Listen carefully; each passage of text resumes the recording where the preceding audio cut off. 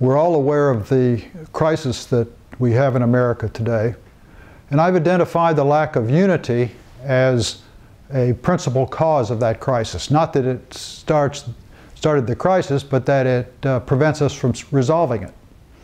So I'd like to put a finer point on the notion of national unity by relating to my experience during World War II.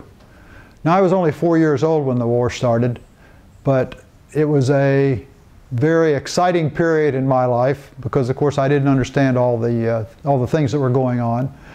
But one of the things I did understand is that the goal was victory.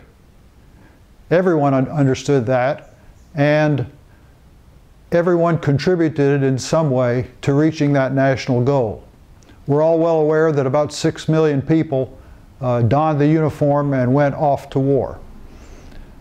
But people at home sacrificed and changed their lives as well. Rosie the Riveter is a well-known caricature of the women who left the home and went to work in the defense industries, making the planes and tanks and ships that were needed.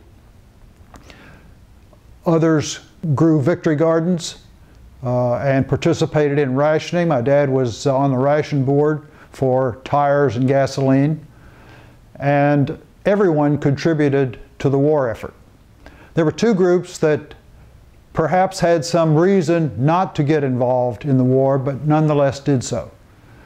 The contribution of the Negro population is exemplified by the Tuskegee Airmen, who got themselves into a combat role as airmen and contributed greatly on the battlefields of Europe. The Japanese Americans formed the 442nd Infantry Regiment, which fought in Europe and was the most decorated unit in the war. And that is exceptional when you realize that many of these young men came from families who were in concentration camps in California at the time. Now, this is not just a trip down memory lane for me, and I certainly don't advocate that we start World War III in order to attain national unity. But I think it's important to think about ourselves as a united nation as opposed to the divisiveness that we experience today.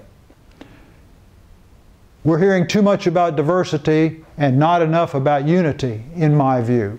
I believe we ought to emphasize those things that unite us, the values, the ideals, the principles of governing ourselves that bring us together, rather than those things that separate us. So we need to have a national conversation, and in a subsequent video I will talk further about how we might go about that. Thank you.